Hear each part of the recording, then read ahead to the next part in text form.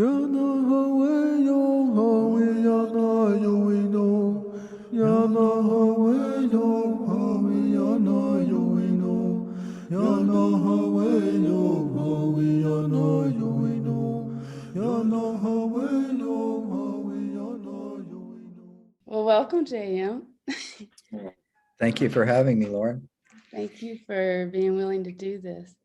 So a lot of people ask questions on this page a lot about the land. And so I made a few notes about what we want to know from you. We'll start with how did this land come a part of the pathway? Like, how did it ever start?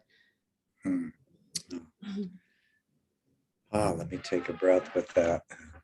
Goes way back in time, but not, but yet there's no time. It's so alive in my being because it was an extraordinary experience. I was living on Whidbey Island at the time, and from 1987, when Joshua first appeared, a year and a half later, he asked me permission to use the body for him to communicate, to channel through the body. So that work had begun, and I was living on Whidbey Island, and one day I went out to just lay in this rare summer sun that year in Washington State, and I felt him, and he started repeating the word Shanti Cristo, Shanti Cristo, and it was just this deep vibration. Just put me into like a real meditative place the rest of the day, though I didn't know what all this was about. That night I went to bed, and for the next 3 nights, was basically the same thing happened. I would feel him take me out of my body, and my experience subjectively was like I was flying over this part of the earth that I had never seen. It was brilliant colors, oranges, and it's hard to describe it, but especially at the time because I had no context for it. I'd never seen this.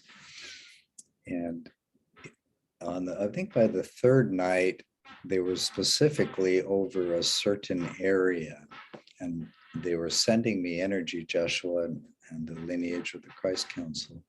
So I could feel, I knew this was important. And then I would come back into my body and it would still be with me. Like, what was that? Oh my God.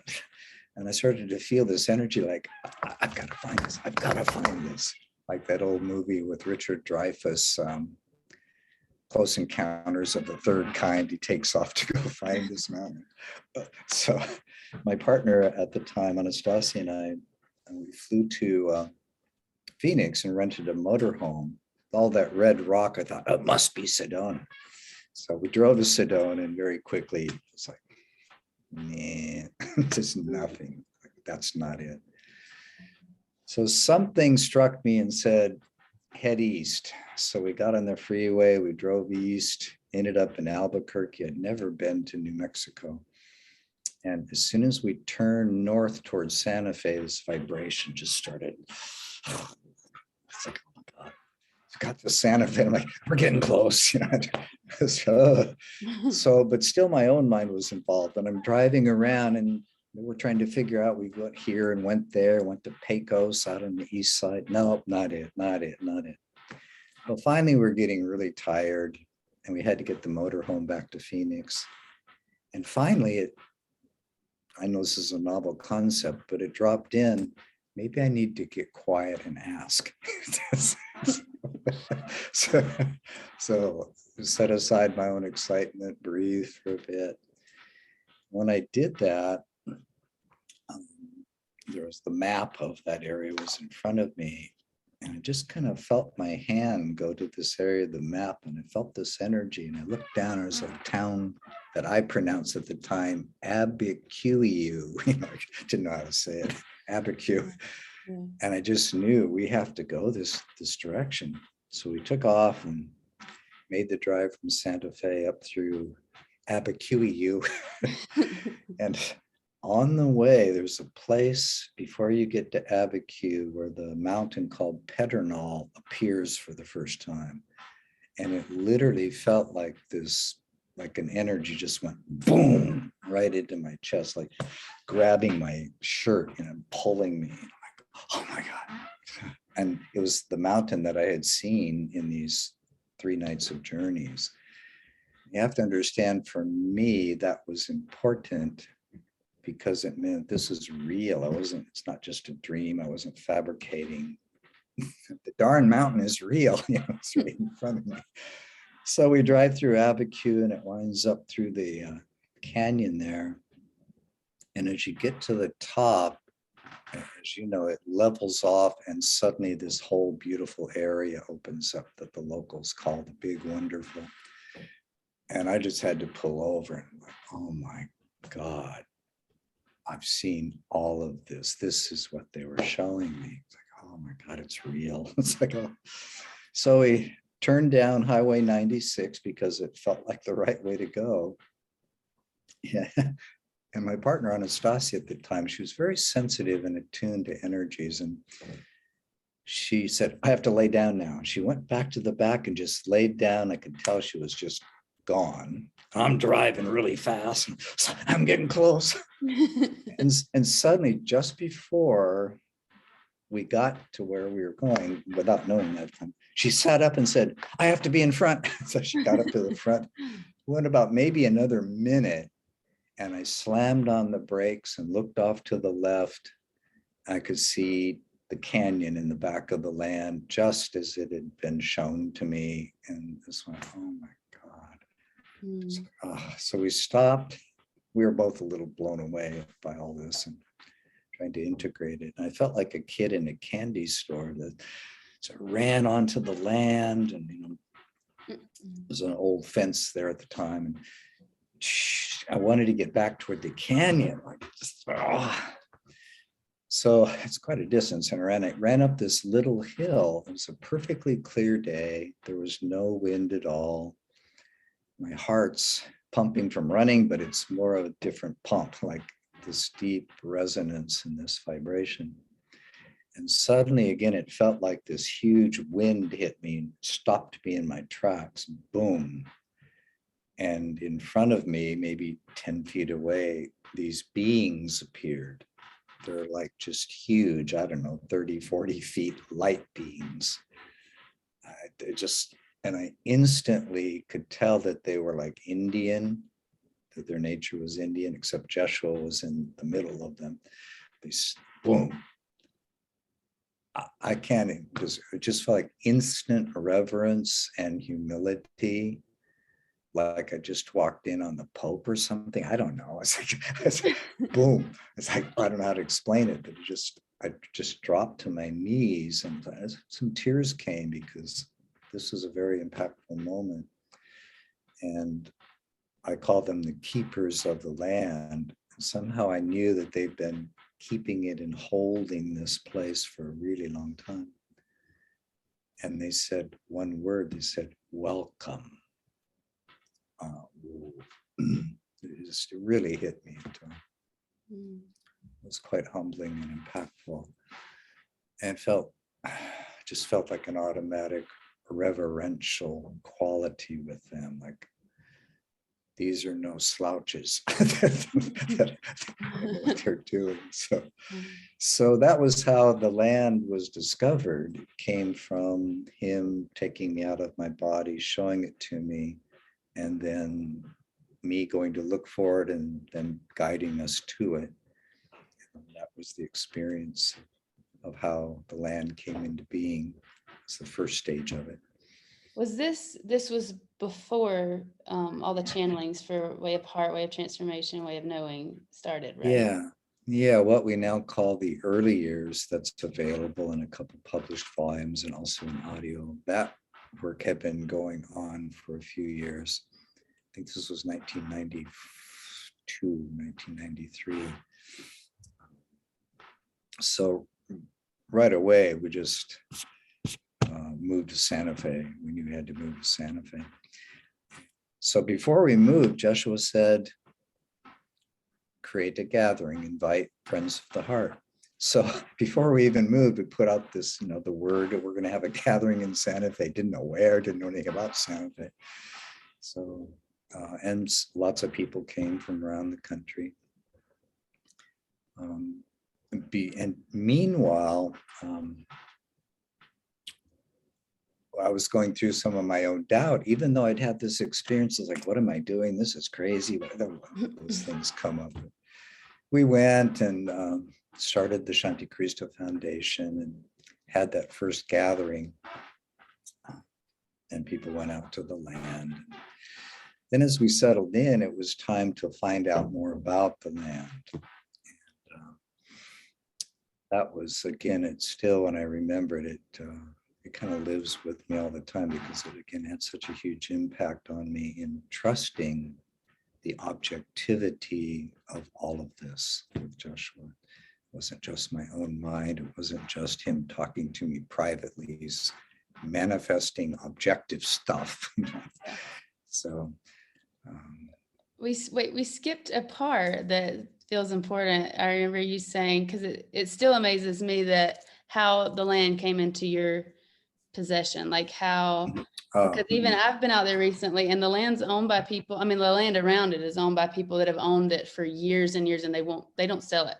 Like, they keep their land. No, they don't sell. So I just want to know, like, how did that come about? That Yeah, well, that was next step then would be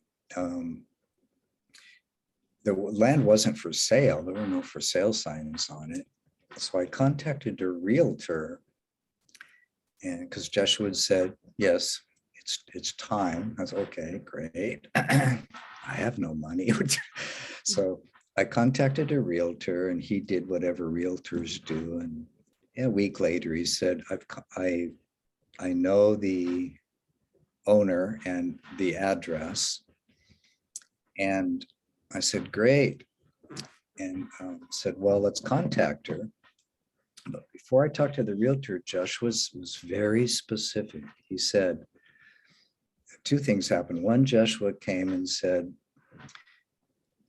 write a letter to her, who's owned by a woman, and tell her that you are interested in creating a small spiritual retreat center, and enclose a picture of yourself.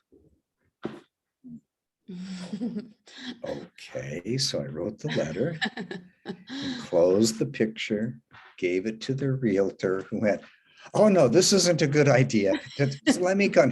I go, no, you have to do it this way. So he finally relented and said, okay, but I don't think it's a good idea. This isn't how it's done. So we sent the letter and waited. And then the second important piece that landed, one day while we were waiting, I went to step into the shower, just, like anybody does. Oh, time to take a shower. As I was stepping into the shower, everything just changed. Literally, the room disappeared. I wasn't in the shower. I was with a woman of Spanish Indian descent. And in the distance behind her was like an older man. He had kind of white hair, and he was watching. And there was just a lot of energy about this. And she felt familiar to me. And she told me in this mystical encounter that her father had left her the land, and that she'd been guarding it and waiting for me, because she knew the Lord had a purpose for this land.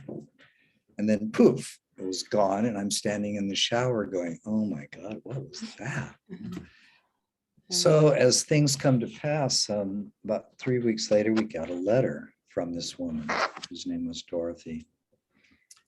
And she said, I received your letter. I've had it and your picture on my nightstand, and I've been praying.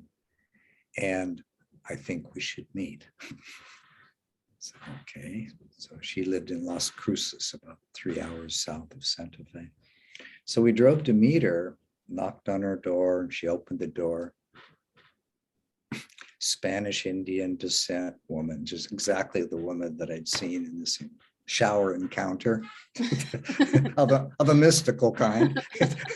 so, so, and and she invited us in, made us some coffee or whatever, and I shared my experience with Joshua, and she was just very calm the whole time. And she just looked at me and she said, well, my grandfather left me the land. I mean, she recounted what she'd already told me in the mystical state. And she'd shared that she'd had a lot of trouble with family trying to legally force her to give them the land so they could subdivide it. But he had left it to her because he knew that she would protect it. And he told her, this land is to have a very special purpose. The Lord will let you know. Don't do anything until you know. So this had been going on for like 20 years or so. She'd been dealing with this. And then she looked at me and said, I know the Lord has sent you. I'll sell you my land. Mm. So, whoa. It's like, whoa. And I said, well, how much do you want? She said, how much do you want to pay? I don't know. I don't know. Well, I don't know. I mean, we had no money. It's like, I was thinking maybe come up with a down payment. What kind of interest would you want? No interest. Just whatever works. She was just totally at peace. I know that this is what this land is for. So shortly thereafter, we were having another gathering in Santa Fe, and I was able to recount all these pieces for the people that came. And a woman stood up and said, today I'll match whatever this group can raise toward the purchase of the land. And for some reason, I had offered her 240,000. And she said, okay. So this woman stood up and made that statement. And 20 minutes later, we had the 240,000. Mm. That effortless, boom. So we completed the purchase. And I transferred it into the Shanti Cristo Foundation, which was originally created to be the instrument for this unfolding pathway and work of Joshua. So that's kind of how the land came to be purchased. Her name was Dorothy. She's since passed away. Yeah, that was just to recount it. It's still all these years later really touches me because of how all of that unfolded. Yeah. Well, what about, before we get into like his vision for it, what about where the cross is, where everybody, when we go to the land, we always go to the cross. Why is it specifically right there? What is the significance of that spot? And I would add that cross has like made it through years, hasn't it? Like that same cross has been there through Same cross. weather. It's been there a long time. There was the day we were on the land. And by the time we found the cross in one of the gullies, one of the arroyos there on the land. So y'all found that cross? Yeah, we found it. It was buried. Anastasia noticed something and kicked some dirt around, and it was a little broken, but you could tell it had wire around the small part. So I'm like, dang, this is a cross. It's like, I never knew that. Yeah. So when we told Dorothy that, and she said, oh, she was so happy. She said, yeah, my grandfather made that. And he used to have it there on the land. And so who knows how old that is. Now so that told us, well, this is significant. And by that time, another thing that had unfolded was one day I got a call from a stranger, an Indian shaman from some tribe in Arizona.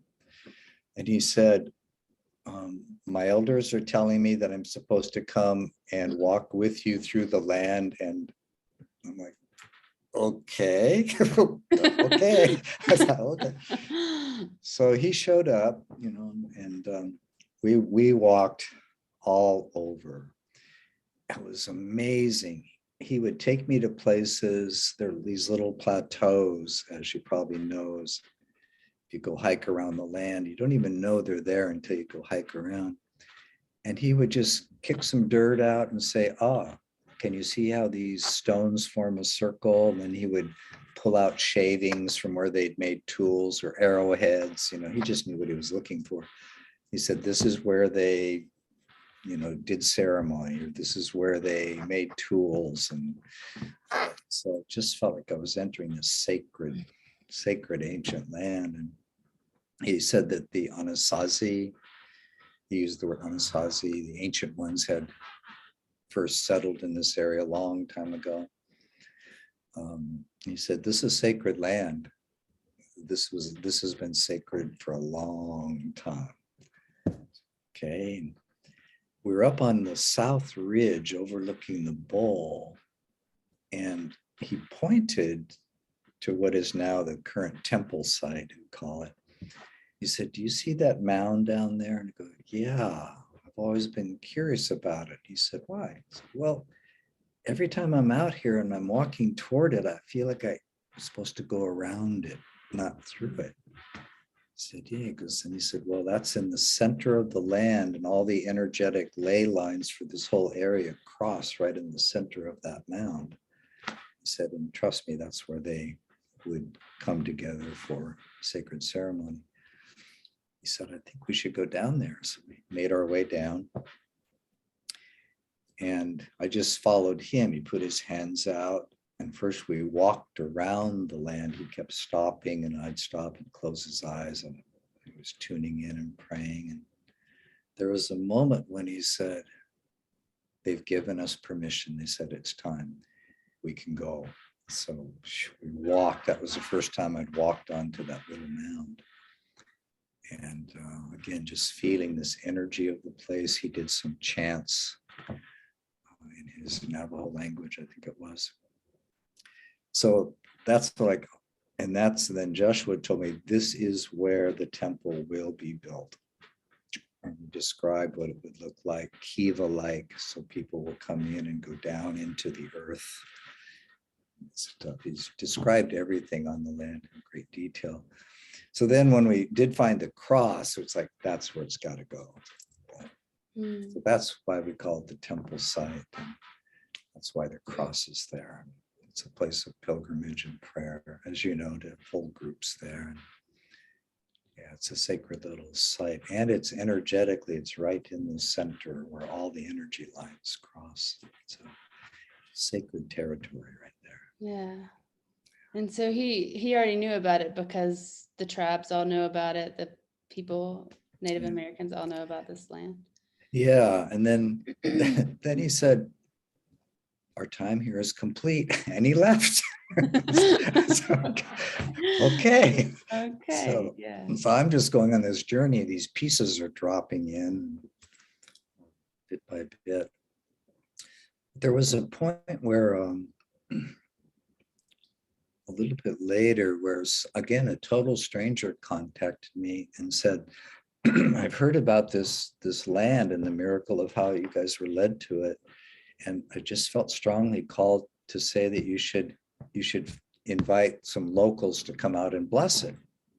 And I would suggest Standing Deer, he's at the Taos Pueblo.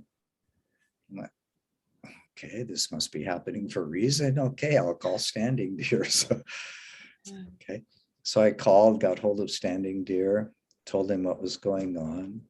And he said, well, I'm actually the apprentice to the main shaman of the Taos tribe, who's the main shaman really for all the Indian pueblos around Santa Fe. I don't do anything without asking him permission. I go, well, how long have you been an apprentice? He said, all my life. Like, ooh, okay. How old was this man? He was probably at that time, I would say he was in his late 40s, mid 40s to late 40s. So, and it was his father who was the shaman. I didn't know that, but he'd been being trained since the time he was young. So he did nothing without his father's permission regarding these kinds of things. So I waited. And a week later, he called me back, and I could tell something had really struck him deeply. He said, I told my father about the land, and my father did what he does and goes attuned. He said he opened his eyes and he said, you go bless this land. This man has a special purpose given by Spirit. This is very important in the changes that are coming. So Standing Deer was a little blown away. I was blown away, humbled again, like, whoa, okay. So he came out and did a blessing on the temple site, and it was really beautiful just to bring their energy in. And when we were done, this really kind of blew me away. It still does. He said, my father would like to meet you. Well, okay, doesn't sound like a big deal. I was like, okay, why not? I'll go be social. So we went to the Taos Pueblo, drive in with Standing Deer. And I'm watching like all these Pueblo Indians are like looking at me like, what am I doing with them? So he takes me to his father's house, and we walk in, and his father and his mother, the shaman and his wife, are in total ceremonial garb, and they have this huge drum that's like half a living room. It's just this big, and and they start chanting and drumming, and they did this for like a half an hour. Anastasia and I, we're just sitting there going, whoa, feel the energy of it. And then finally the ended. The shaman, I can still see his eyes. He just looked at me with just so much light, a big smile. So he didn't say anything. He just like, And then Standing Deer said, we're done here now. So we left. He said, my father wanted to bless you and thank you for fulfilling this mission. Okay. Then he told me, you should know that the shaman doesn't invite anybody to his home. He goes to meet people. He said, it's very rare that my father ever invites someone to his house for ceremony. So again, I felt deeply humbled. At the time, it was like, anyway, it's like, whoa, this is really striking me. What's going on here? This land is special, and it has a sacred purpose. It's well known as sacred land for the Native Americans there. There are the keepers of the land of Indian, and Joshua, of course, has shared much about the ancientness of this place and what its purpose is for. Over time, he showed me how it's actually connected. I guess we would think of ley lines, but it's like a portal to other sacred spots around the planet that have been held for a very, very long time. And that eventually they're all going to be synced together. Yeah. So I've heard you say before that there won't be buildings on the land, but you were saying that there's going to be this Kiva-like structure on the... Well, there will eventually be buildings on the land, but not until some other things are complete first. He's always made it clear that the miracle of the land was the first to be demonstrated, but it will be the last to be completed. And there he's speaking to his threefold purpose of the pathway. One, to restore his original teachings. Two, to create a pathway, as he says in, I think, Way of the Heart, that's never been done before. A pathway that can support everyone from the first inkling to awaken, all through the stages of healing and purification into Christ's mind. So when that becomes well established and enough beings have truly matured and purified to hold that frequency, then it will be time for the land to manifest the purpose of the land. And so there will be a temple there. He's shown us, and we've marked out where lodging will be built. Anyways, I could go into a huge detail about it, but that's way down down the line. But eventually, yeah, there will be lodging there. There will be places for personal retreat and the temple. Yeah, if you'll go into that huge detail a little bit, 'cause that's the questions everybody asks. So the lodging and stuff, it's not gonna be, it's gonna be like on the outside of the land, like kind of outside. Well, when you go to the land, you know, where now the green gate is and the little road that leads to the temple site, to the left, there's a kind of a hill, and it's south facing. And there will be a kind of like earth ships, like built into the earth. Everything would be built with natural building stuff, and it'll be unpretentious and almost hidden. So there'll be some lodging there. As you walk in through the gate, just to the right, a similar structure to the right. It'll be more like admin and reception and stuff for people coming to the land. No parking. Parking will be done on the other side of the street. There will never be any pavement poured on the land. It will just be gravel and earth. How to describe all this? From the temple, as you walk toward the temple, canyon by then is back behind the hills. At about 10 o'clock, if you walk off, you come up to this beautiful little mesa with a total beautiful view of the canyon. It's just gorgeous there. And that's where there eventually will be again an earth ship kind of buried into this hillside with views of the canyon. And that'll be for cafeteria or meals and some library and some meeting rooms, conference rooms, kinds of things there. But it's very detailed. Like Joshua walked me around. I took an architect once. We took out our stakes and we put stakes in the ground and where these things are supposed to be. There will then be walkways. As you know, the land there is very fragile. So as more people come, it will be important to create specific pathways, not just roaming off everywhere. And there will be beautiful spots to sit and meditate, looking into the canyon.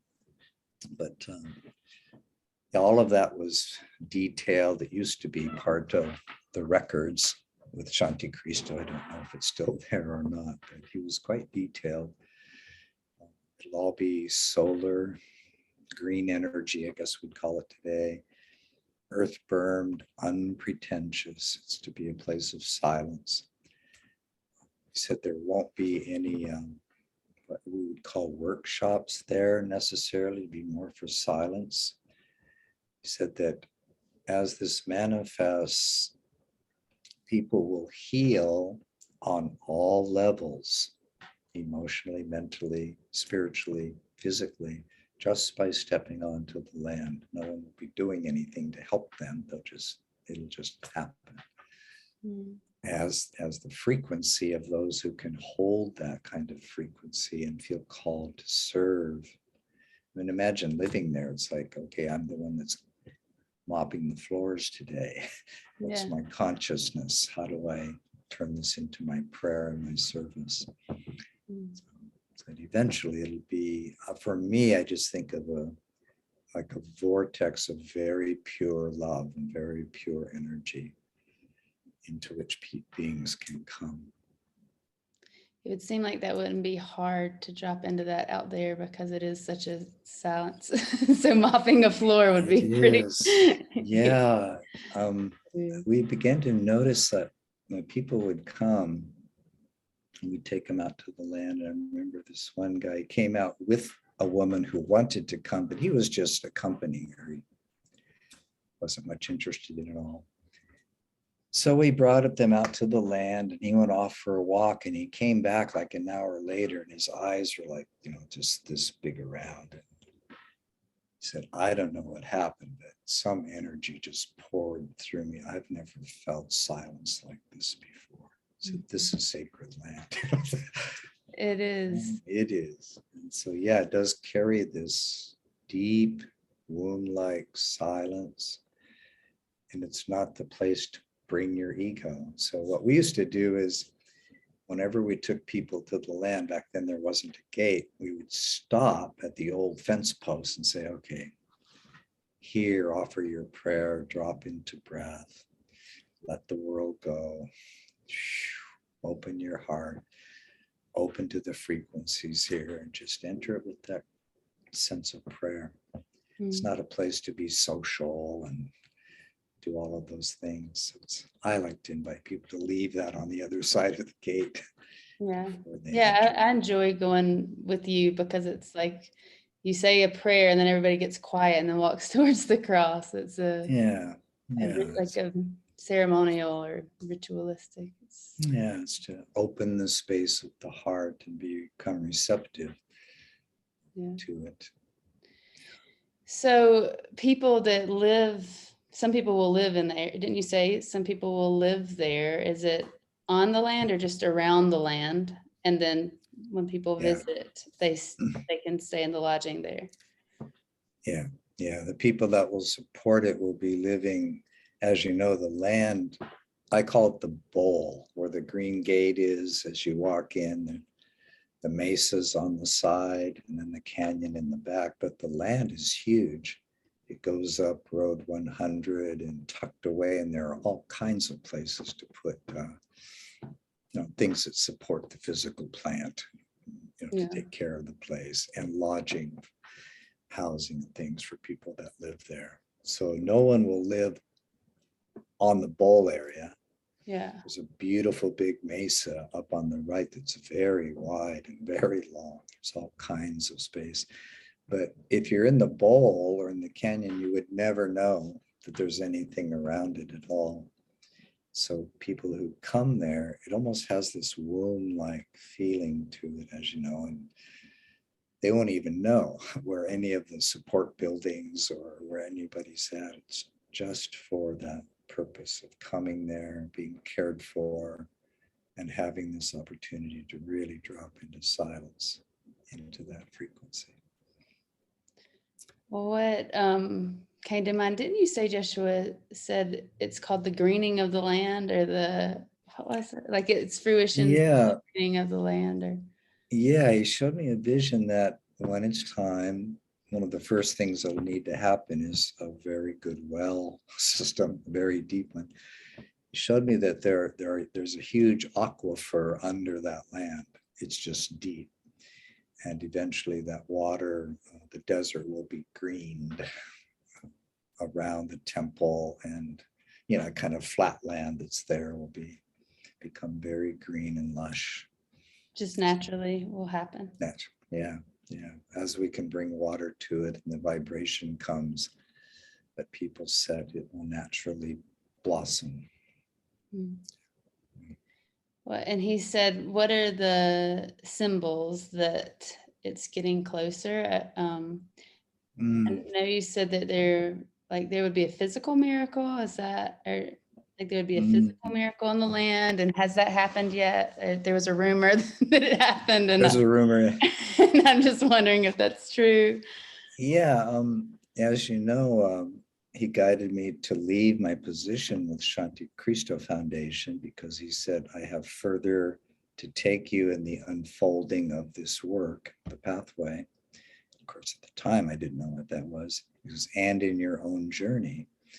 So I followed his guidance, left the board of directors, and he guided me. Ended up in Bali with the ashram for 10 years, where we really dove into the Lord's Prayer, the Beatitudes, love's breath, radical inquiry, the deeper stages of the living practices that really help the teachings become realized, landing in your bones. So there was a point where suddenly he said, it's time to gather at the land. Okay, so we had a gathering. I can't remember what year this was. It might have been 2014 or so. It's time to activate people coming to the land again. So we had a gathering, and in Santa Fe, we went out to the land, and I had noticed that this woman, she was carrying like an oxygen tank, and somebody was helping her, and she was determined to make it to the cross site, no matter what. And she did. We had our gathering and miracles happened and all of that. And when we left, we're all in different cars, of course. Well, the woman ends up in my car, like 5 or 6 people in my car. And I recognized her. What happened? Where's the tank? She goes, oh, I don't need it anymore. What do you mean? She goes, a miracle happened. I carried it up to the temple site. A healing happened, and I now know that I don't need it anymore. So she'd walked back from the temple site without it. Somebody put it in the trunk of their car. And there she's just sitting there talking with me and totally relaxed with no need for oxygen tank. And Joshua had said to me that when a sign that it's nearing time for the land's purpose to start unfolding will be when you see physical healings will occur. And that was the first one. Can you see me? Everything good? Uh-oh. I can hear you. Oh, you froze for a moment. Did you? Okay, good. Okay. You didn't froze. Yeah, You so didn't the see my thing, screen. okay. Yeah, so that was the first, I would say, physical healing that was kind of dramatic. Yeah. There've been a few other little things, but that was pretty dramatic. And, it was just, we went up to the temple site with the cross and did our breath and prayer and opening and being together, and she didn't need the tank when she left. So, so that was a sign that, but of course, for me, like with Joshua, I've learned that a sign from his perspective may not necessarily have the same time length that my mind might wish for. Yeah. But it was a beginning. And we invited everybody. We invited Chanti Cristo Foundation. They chose not to come.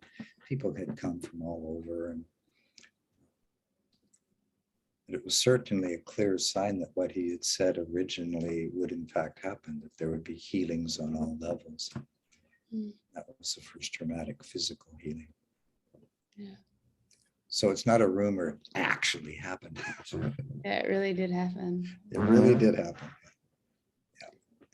So, what else? So what about when everybody gets their ideas of what we should do on the land and all these things?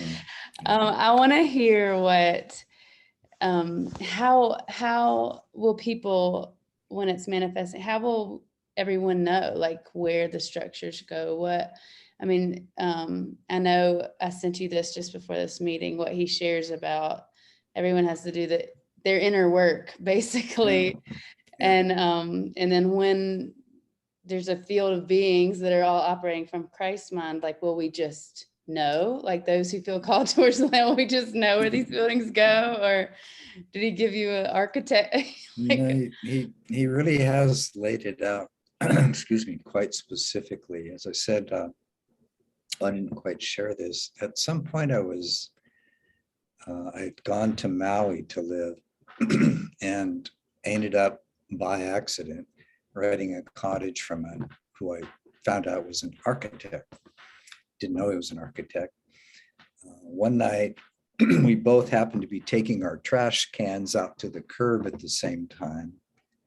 And for some reason, as you know, I don't normally just talk about my experience with Joshua. And I just felt called to share that with him. And he looked at me and he went, whoa, I don't talk about this much, but I had a near-death experience. And on the hospital table about 15 years ago, it was Joshua that appeared and said, you're not done yet.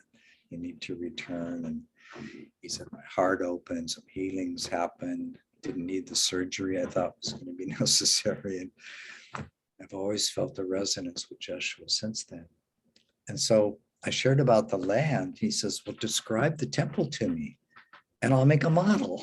I'm like, because all these years he'd shown it to me and had it in my being, but I'd never I can't draw. So it's like, forget that. So I described exactly what Joshua had shown me, how if you can imagine the temple site and you walk up to it and it'd be kind of a dome, but it's unpretentious. It's not very high because when you walk in, the stairways wind down and open in the kiva down in the earth to this perfectly formed, round, acoustically perfect place. And you look up and see nice stained glass and all that stuff, but the dome won't be ostentatious. That's above ground. Just blend right in with the colors, be subdued. So I described all of these details to him, and for the first time I got to see this architecturally created, our computer generated version of the temple. So you That have was it. very- Do you have I don't have that anymore. That was all of these things were in the Shanti Cristo records Oh, at one okay. time. So I have no idea whether they still have them or not. But it's all etched in here. I know exactly where the buildings go. I know what they're to look like, what they're to be constructed of, the angles that they face, where the pathways are.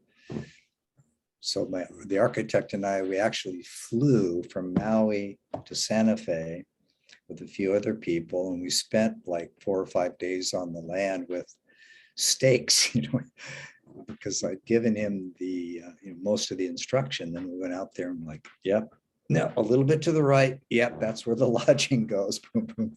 And still, if you go out there every now and then, you might come across a construction stake laying on the ground somewhere. That's what those came from. So it's all very clear. It's like etched in my being. And at times I have to share that it's been like, is this ever going to happen?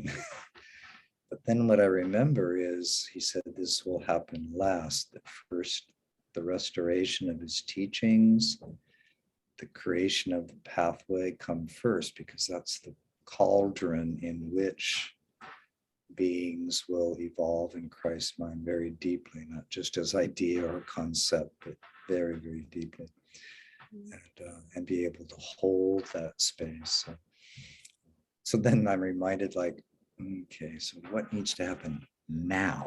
Yeah. Well, have I done that course on the Lord's Prayer yet? No. So One step at a time. yeah. It comes alive in me when you're talking about it. I see things and I'm like, oh, feel it, Yeah. I have to share one story of, just our natural excitement, like, oh boy, the land day, let's have gatherings. Somebody said, let's put a tent up or a teepee up on the temple site. Oh, great idea. So we bought this big temple and we hired this guy from I think it was from the Pueblo, to come show us how to put this big old huge ceremonial teepee together. Now you have to understand, we get out there, it's a beautiful summer day, there's no wind, crystal clear, maybe a few little white fluffy clouds, like a perfect day. Get out there and we get the stakes all laid up right where over the cross is here in this temple, teepee over it. As soon as we started the process of wrapping the canvas around it, out of nowhere, this strong wind came and knocked it all down. Yeah. So we thought, well, okay, it's New Mexico. These things happen, sudden winds. Put the poles back up. No. started to wrap it. Yeah. And then we went, I don't think we're supposed to do this. We're all kind of like, oh, Yeah. The like that you land's could like, feel, no. yeah, like absolutely. You can almost see the keepers of the land going, just blowing it over. That off. What are you peons doing? So we ended up moving it as you go from the temple site toward the canyon. There's a little flatland, really. Anyway, it's getting close to the stream bed that leads back to the canyon, and it felt like the right place. It always felt to us that was the threshold, that's the entrance to the canyon. So that's where we put the teepee up. We used to have gatherings in there and do drumming and meditation, and people would go there overnight to have silent retreat, and it was really a beautiful time. And I began to notice that right at that place, why we chose that place is that when we were taking people to the canyon, it was right about there that without anybody saying anything, people just naturally get quiet as they're walking through this flat area toward the canyon. And they feel like it's almost like an invisible doorway or a portal. So we put the tent back away from that a little bit. And then from there, you step down into the dry stream bed that walks you back into the canyon, which is really a time for silence and meditation, not social chatter. It's a temple. That's why we call it Temple Canyon Sanctuary.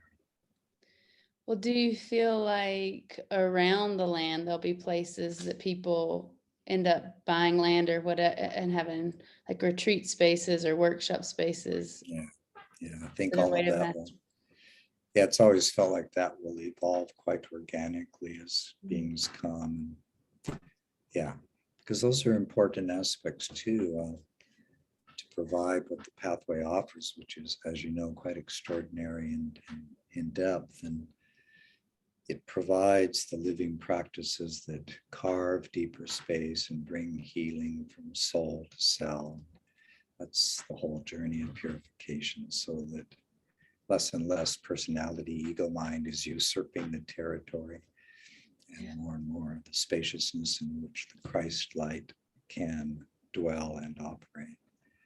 And that requires a carving out of the places that we hold as our own. We may not even know we're holding as our own, and we need to let those places be laid on the altar. Give back the body, mind to the Creator. So we become conduits increasingly for the good, the holy, and the beautiful. So that's the goal. And when there are enough beings really, truly grounded and matured in that process, they're the ones that will be holding the frequency, and there will be beings called to live there. They tell, yeah, this is my calling to be here to serve. And they'll fulfill it. It'll be their life prayer, their life work. Don't know who they'll be, but they'll show up when it's time. It says like you just feel the call, like people just Yeah. feel the call. They'll just feel the call.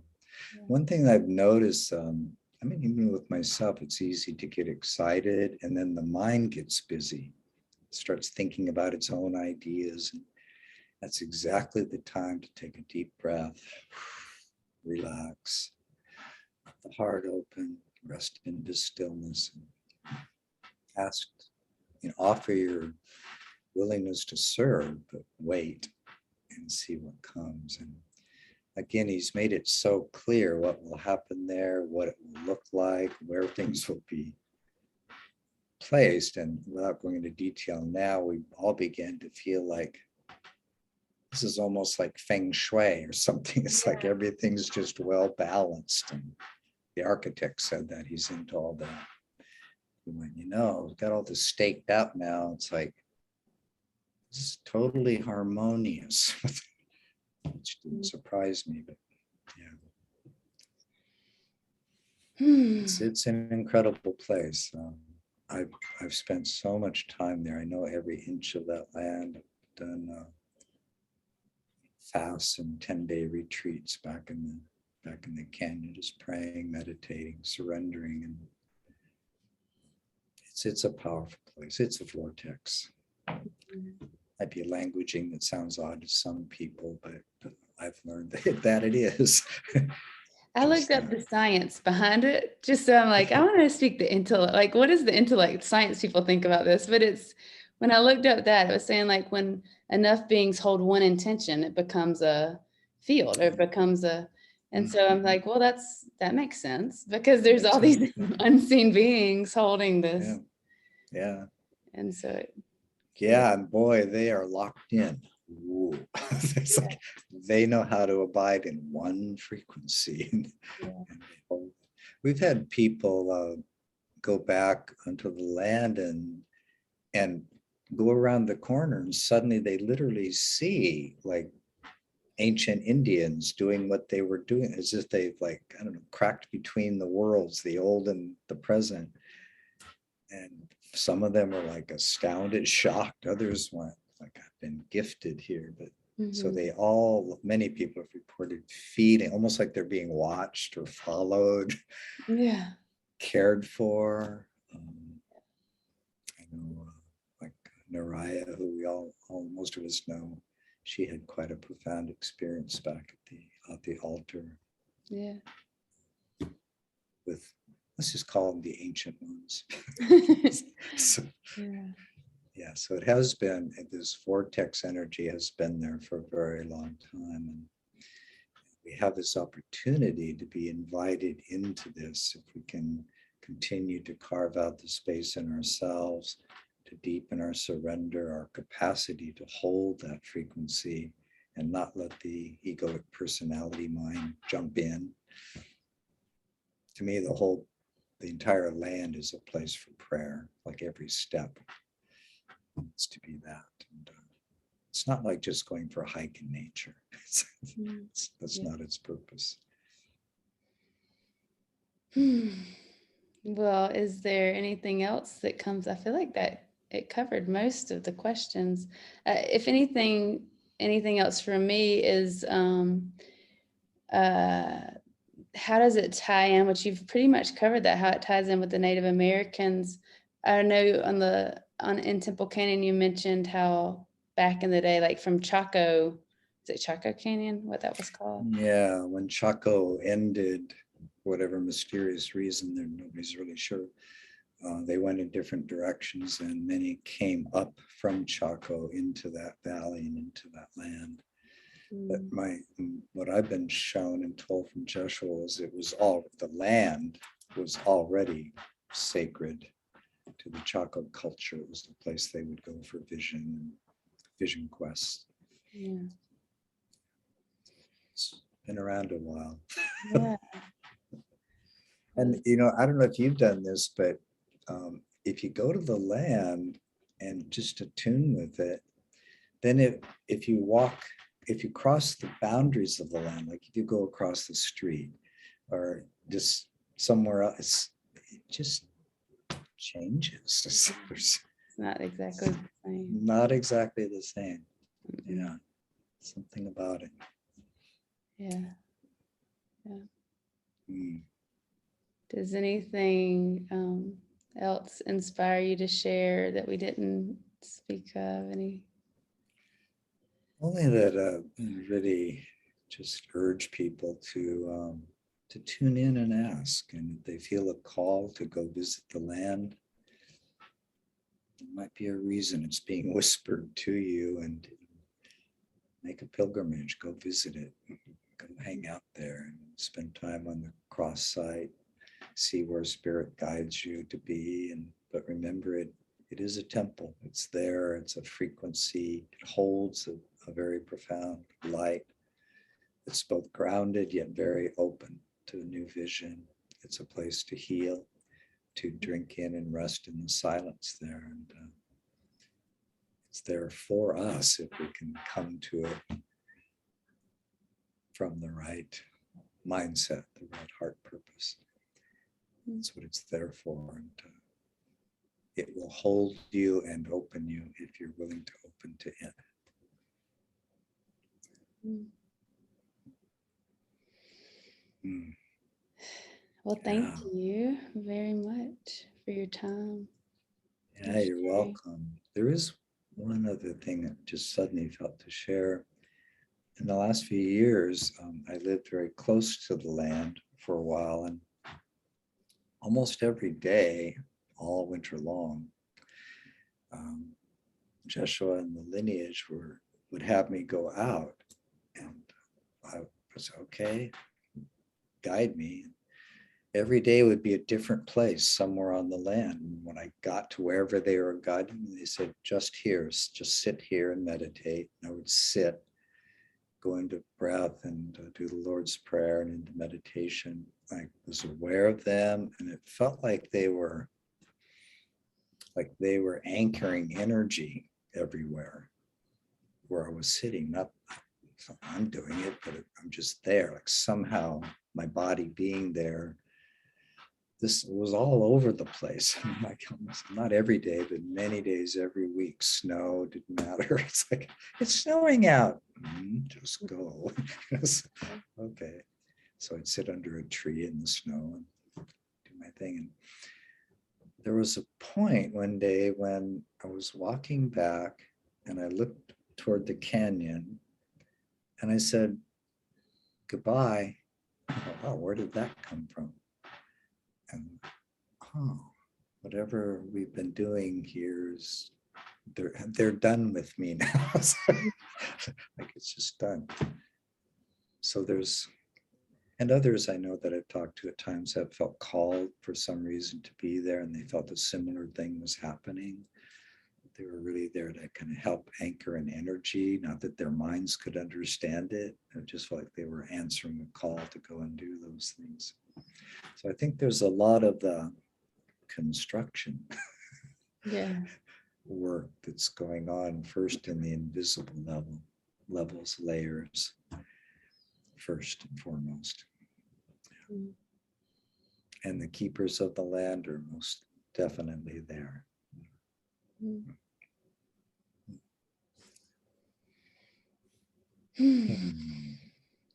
Thank you for having me today to share some of these things, and hopefully it'll clear up some questions and provide some information for others.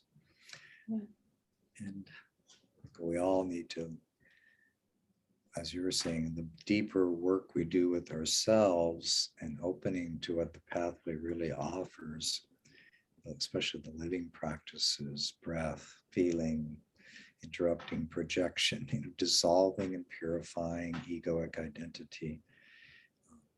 The more we give ourselves to that, that's the greatest way we can come together and serve the whole purpose of the pathway, but particularly here, Temple Canyon.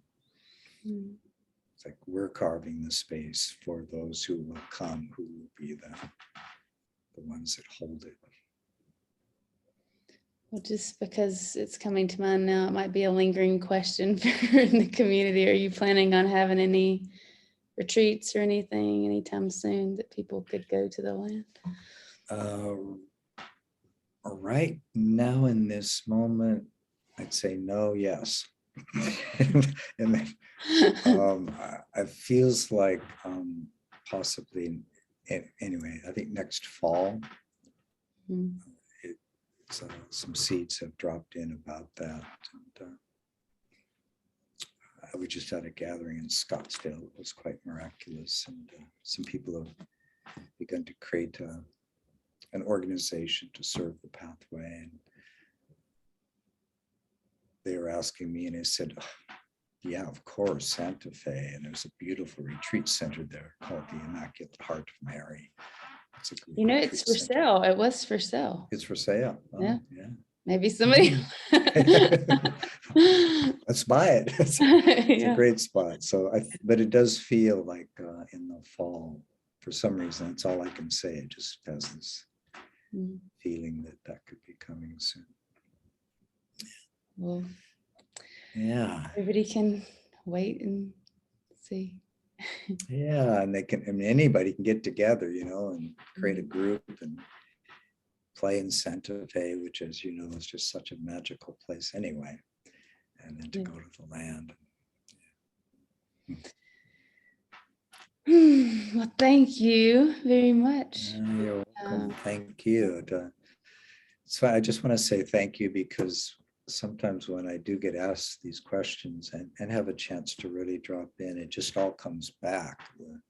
The profundity of some of these things are kind of deep in my bones. The feeling sense, the reverence and the mystical, the miracles that have happened. And for me at that time, of course, discovering the land had a lot to do with my own process of dissolving my doubt. It's like I'd always told Joshua, I need objective proof. To me, the land is such a clear demonstration when you truly hear how it all came about, that something is afoot that isn't being guided by a human mind. has a much deeper purpose, and we can all open to find our ways to serve that. Joshua's beautiful plan. I have great trust in him and great love of him and the whole Lineage of Christ Council, and how they go about bringing the pathway out in its stages over all these years is quite extraordinary. Mm. I think they know what they're doing. The question is, Did you just are hear a we ding with that? willing? I did hear that. Ding.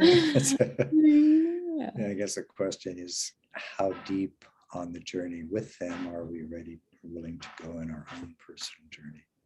Mm. Mhm. So thank you very much. Good to connect with you. Yeah, good to connect with you too. So And I will. everybody who may see this. Yeah. Yana